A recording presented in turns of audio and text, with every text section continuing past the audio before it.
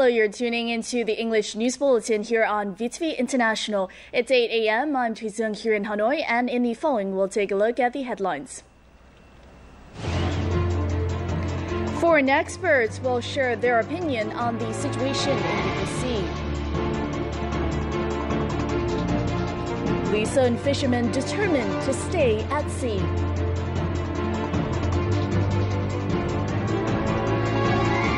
And later on, we'll take a look at a project that is bringing Southern amateur music into the schools. We'll now begin with the bulletin on updates on the situation regarding China's illegal deployment of its oil rig Haiyang Shiyu 981 in Vietnam's exclusive economic zone and continental shelf. The Vietnamese Coast Guard and fishery control ships have discovered 112 Chinese ships, including 6 warships surrounding the rig's location. Now, the Chinese fleet has formed circles around the rig in order to prevent Vietnamese law enforcement in vessels about 11 nautical miles away. However, it is reported now that Vietnamese law enforcement authorities are, quote, resolutely maintaining their intensive activities, protecting the nation's sovereignty and demanding that China stop its illegal actions and remove the oil rig from Vietnam's exclusive economic zone and continental shelf. Now, China's illegal actions in the East Sea have been met with criticism from international experts and friends of Vietnam. In the following, we'll see what a number of them have to say about China's actions and intentions in the East Sea. Towing an oil rig of that size deep into another country's exclusive economic zone is not a decision that an oil company makes. It's a decision that a state makes, and it was accompanied, of course, by 80 ships. And so, this maneuver was planned, and, efforts to intercede, to damage, to ram, Vietnamese boats are consistent with Beijing's policy. And so, while we can follow the day-to-day happenings on the high seas, ultimately attention needs to be cast at the diplomatic sphere, because this conflict will not be resolved without diplomacy.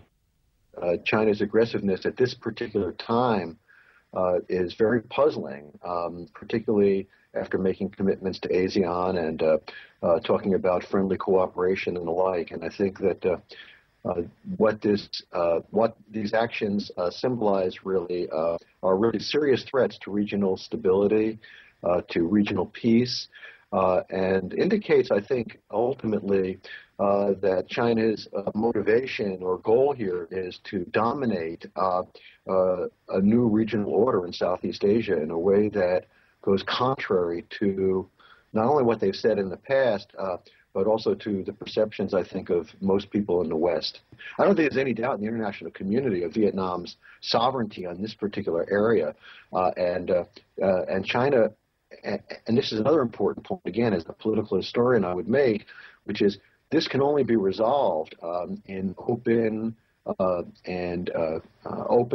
talks and negotiations by all parties and an international tribune, so to speak. But China's been very resistant to that as well.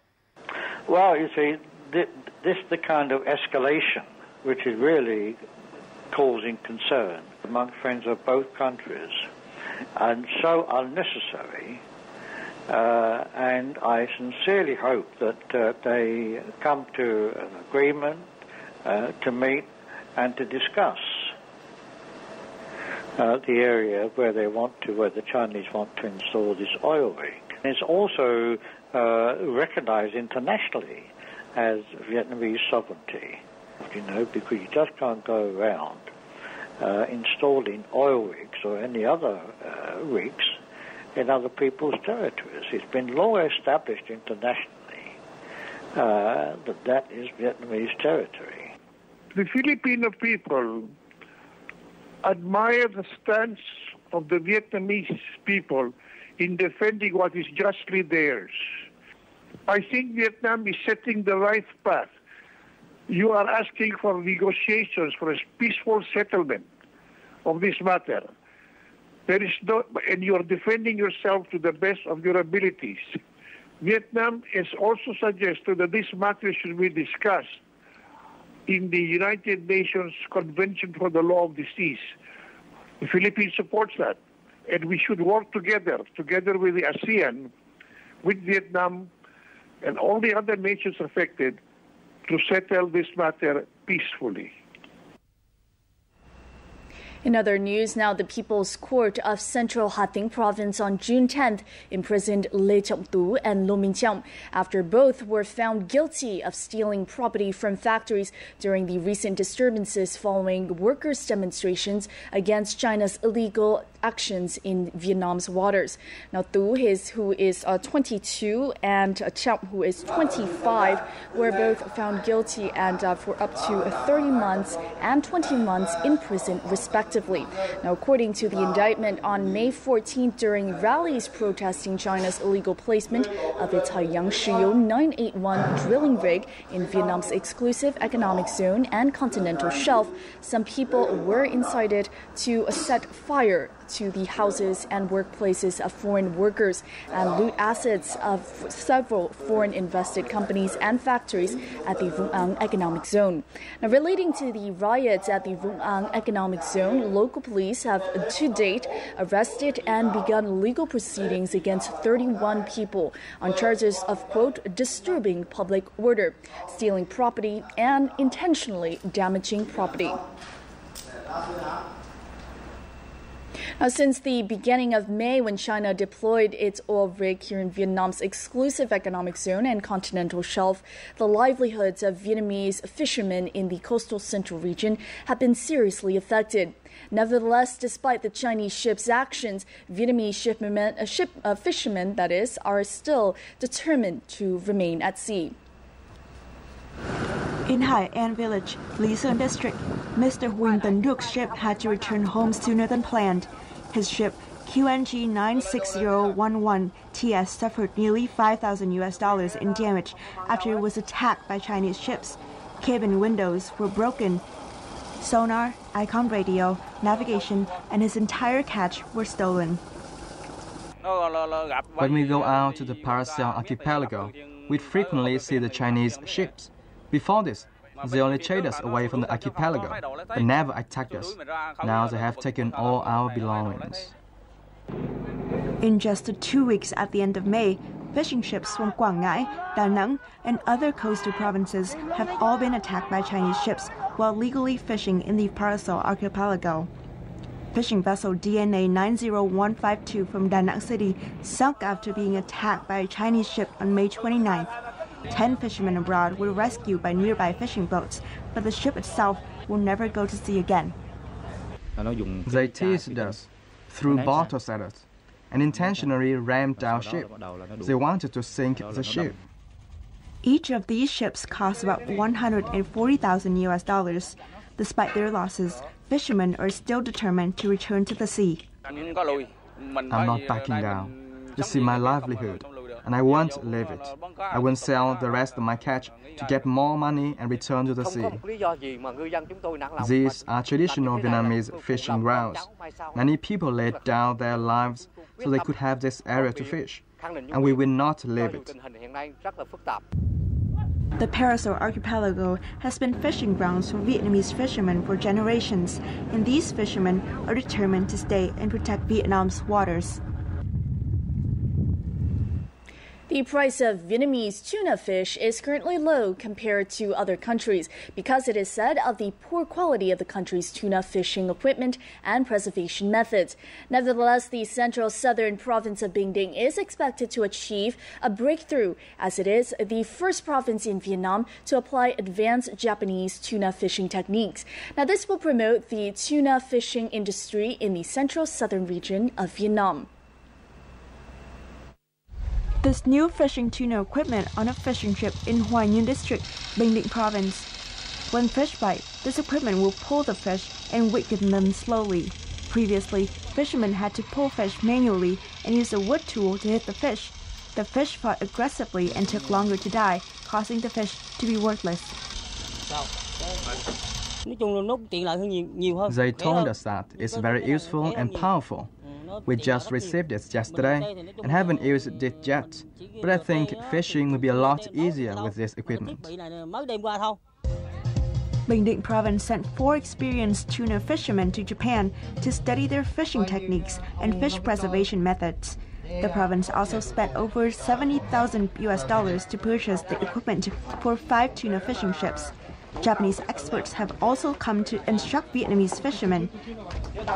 They hope that after 10 days fishing, local fishermen will have grasped the advantages of the new equipment.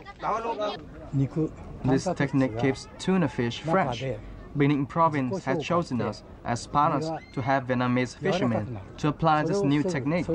If they apply this technique properly, Vietnamese tuna fish consumption in Japan will be very high. The support of the government and provincial authorities really encourages fishermen. This can be seen through tuna and fish catch production in the first 5 months this year, with a production of roughly 70,000 tons. Last year, it was only around 60,000 tons. At the equipment handover ceremony, Bank for Investment and the Development of Vietnam, Vietnam's Shipbuilding Industry Corporation, and Seafood Enterprises signed a cooperation agreement.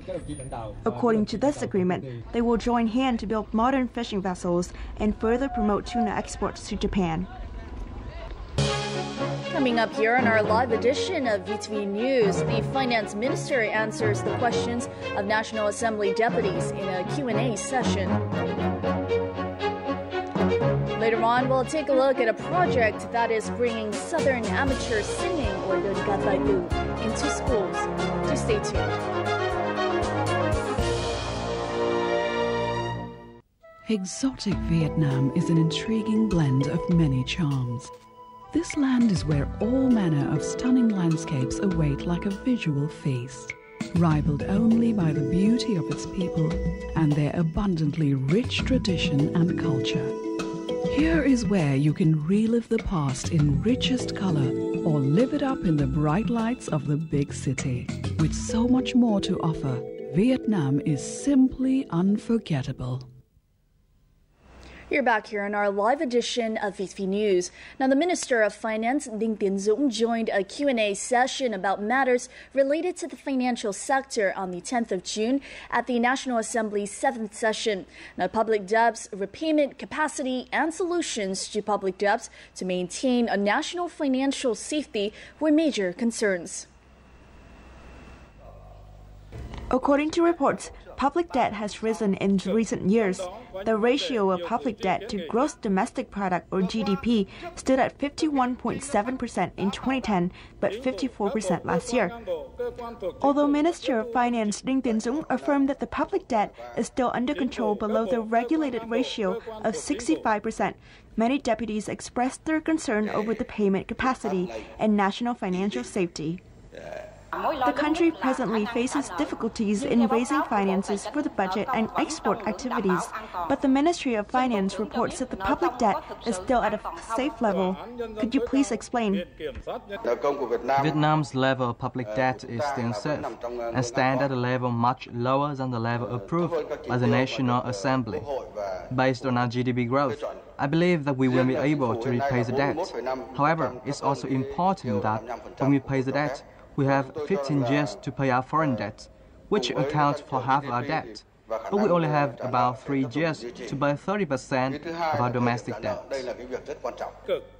Regarding problems relating to petrol and oil market management, Deputies Lê Thị Nga from Thái Nguyên province said that it had taken too long to revise up the decree on petrol and oil trading. Many voters raised their concerns that the trading of petrol and oil is not transparent, and you blame that on the decree relating to petrol and oil trading. I'm also very confused by why the decree has taken so long to be adjusted. I would like to have the answers from the Minister of Finance and the Minister of Industry and Trade.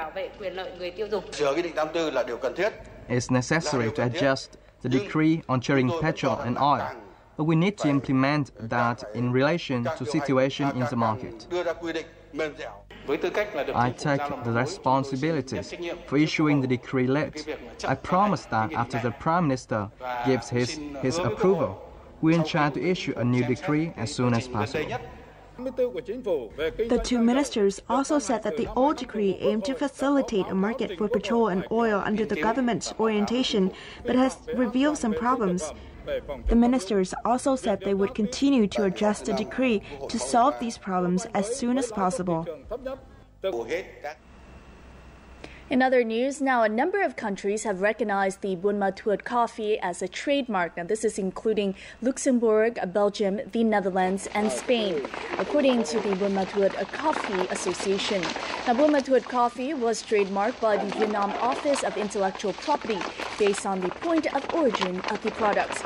Since 2012, through the Madrid system, applications to protect the trademark were sent to 17 countries around the world. Since the application has been accepted by 4 countries, it will be recognized by the European Patent Office.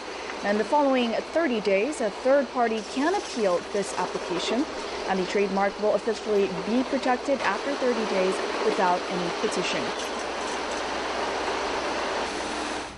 A Japanese language program, a training program that is, was officially launched on Monday in Chiba Prefecture of Japan to provide language classes for Vietnamese caregivers and orderlies.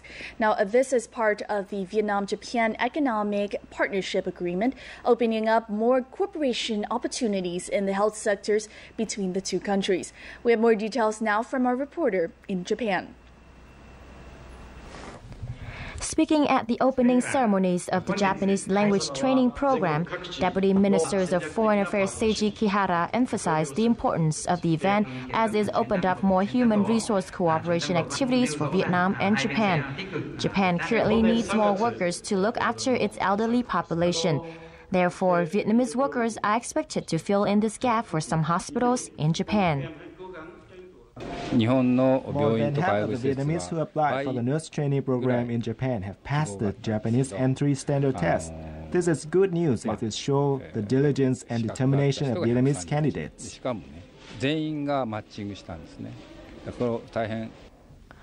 Among 1,138 candidates who came to Japan for the program, 21 are applying for caregiver licenses and 117 to become orderlies. Japanese has also recruited workers from other countries, including the Philippines and Indonesia. However, not many have received licenses for caregivers. The rate for passing the caregiver exams is only about 30% of the Philippines and Indonesia. We are hoping that Vietnam might have a higher rate in obtaining licenses. With a job as orderlies,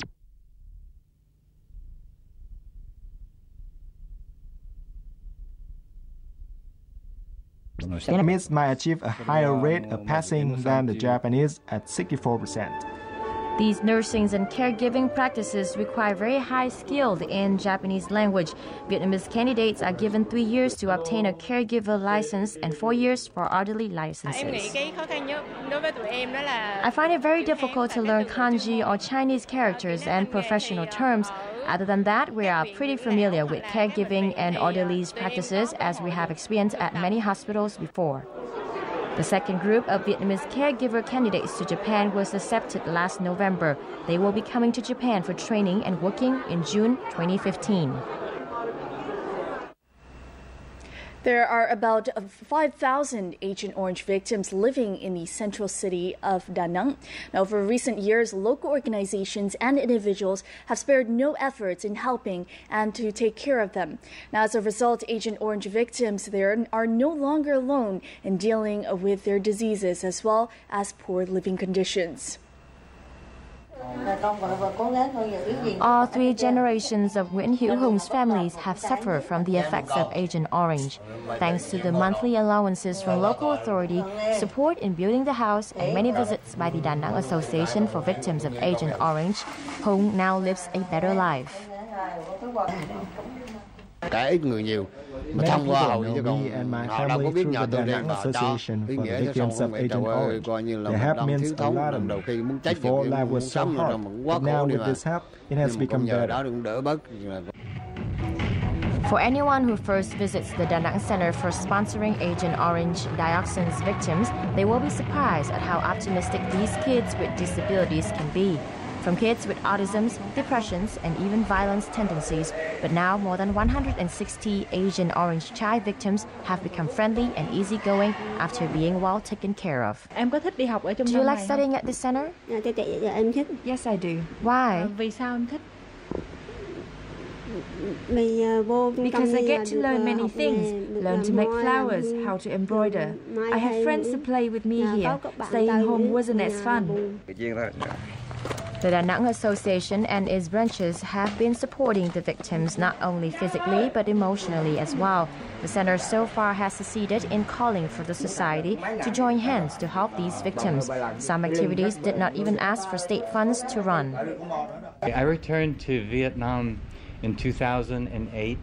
It had been 39 years since I was here, and I want to continue to write stories and do film videos. I want to start a website. Taking care of the Agent Orange victims and needy children is the responsibility that our company needs to share with society. Together with the state support, more activities can be held and contribute better to supporting Agent Orange victims. Difficulties still remain for many Agent Orange victims and their families. However, they are no longer alone as more and more individuals and organizations are joining together to help them ease the pains and move on better with their everyday life. Amateur singing, or Đơn Ca Tài Tử, is a traditional folk performing art in the southern region of Vietnam. Now, in recent years, Đơn Ca Tài Tử has been brought into music lessons or music clubs at schools. This practical solution has helped to preserve this traditional art, and the following report will take you to Bạc Liêu province to see how the local students there are learning about Đơn Ca Tài Tử. Miss Nhi, a biology teacher at Lê Thị Cẩm Lệ Secondary School, now teaches Đơn Ca Tài Tử every Saturday as well. Although she isn't a professionally trained musician, she's still confident in teaching her students verses of Dạ Cổ Hoài Lang or Mourning One's Husband, a famous Đơn Ca Tài Tử song. Many teachers here also participate in this class because of their passion for this traditional art and hope that they can help preserve it. I only learned about Đơn Ca Tài Tử recently, but I love it because it's a traditional art in the South. Although it's very hard to learn, I will keep practicing and learn new songs. Principal Trần Bành Phi came up with the idea for the class. Initially, it was only intended as a club for the teachers here. Since then, the class has grown and currently has 50 students. I personally love Đơn Ca Tài Tử, and I myself can play music and sing. I started the class because of my passion for music and hope that I can teach my students about the traditional folk music and maintain our cultural identity. After the flag raising ceremony every Monday, students sing Đơn Ca Tài Tử music in front of the school. Students and teachers at Lê Thị Cẩm Lệ are proud of what they've accomplished to preserve Đơn Ca Tài Tử and cultivate the love for this traditional art. The following part of VTV News will take a look at the online news about Vietnam.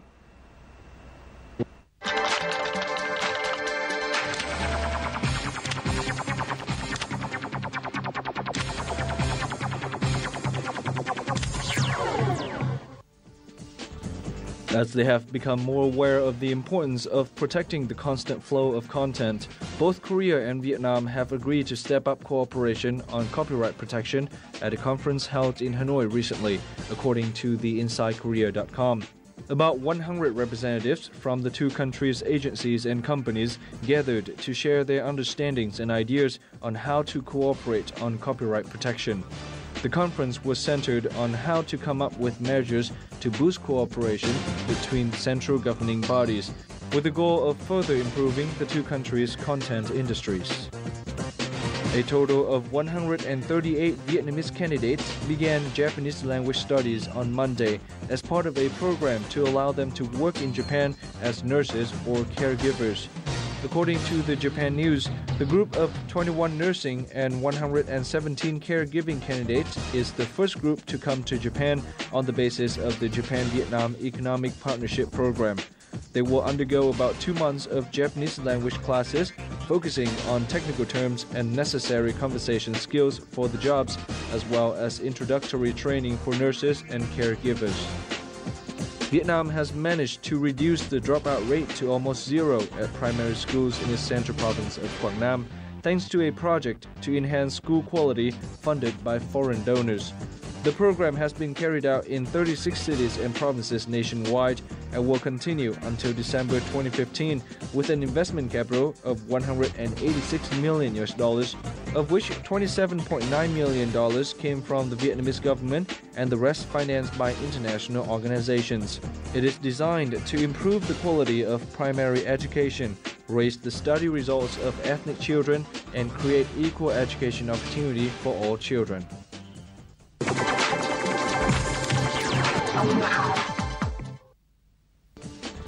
Today's figures begins with a story from Wall Street Journal. South Korea's Samsung Electronics is considering investing more than $1 billion in a third consumer electronics factories in Vietnam, an increasingly important manufacturing base for electronics companies. The new factory will likely be built in a high-tech park in Ho Chi Minh City. The article states that the investment proposals from Samsung is currently under review by Vietnam's Ministries of Planning and Investment. Samsung last year built a $2 billion complex in Thái Nguyên province in northern Vietnam. It also has a $2.5 billion plant that has been operational since 2009 in Bắc Ninh province near Hanoi. Both are used to manufacture mobile phones. Vietnam's export turnover to Spain in the first 4 months of the year hit nearly $800 million, an increase of 31.42% year-on-year. Panama.com.my quotes Vietnam's Ministries of Industries and Trade as saying a main export to Spain during this period were electric equipment, electronics, footwear, garments, textiles, and aquatic products. Two-way trade hit nearly $3 billion last year, with a rise in exports from both sides. The Spanish ambassador to Vietnam said Spanish firms were satisfied with their business in Vietnam for being given favorable conditions to apply for business and investment licenses.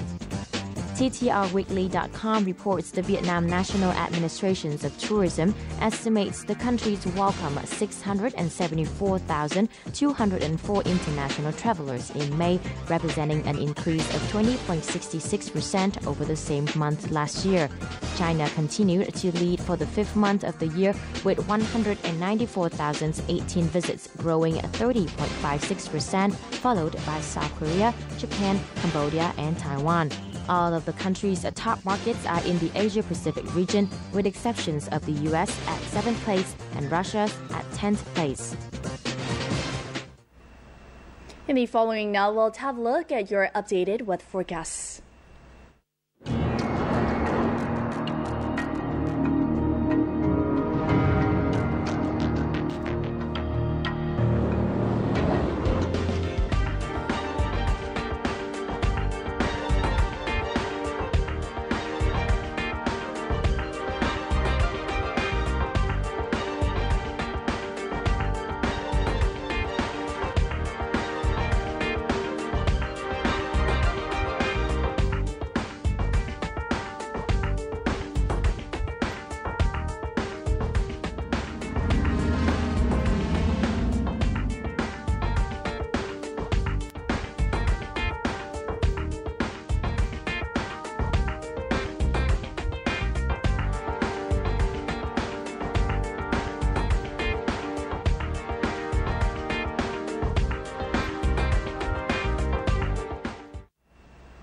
And that wraps up this bulletin of VTV News. We'll be back again at 3 p.m. local time today for more updated news. In the meantime, do log on to vtv4.vn for more news and schedules. Thank you very much, and we'll see you more in a bit.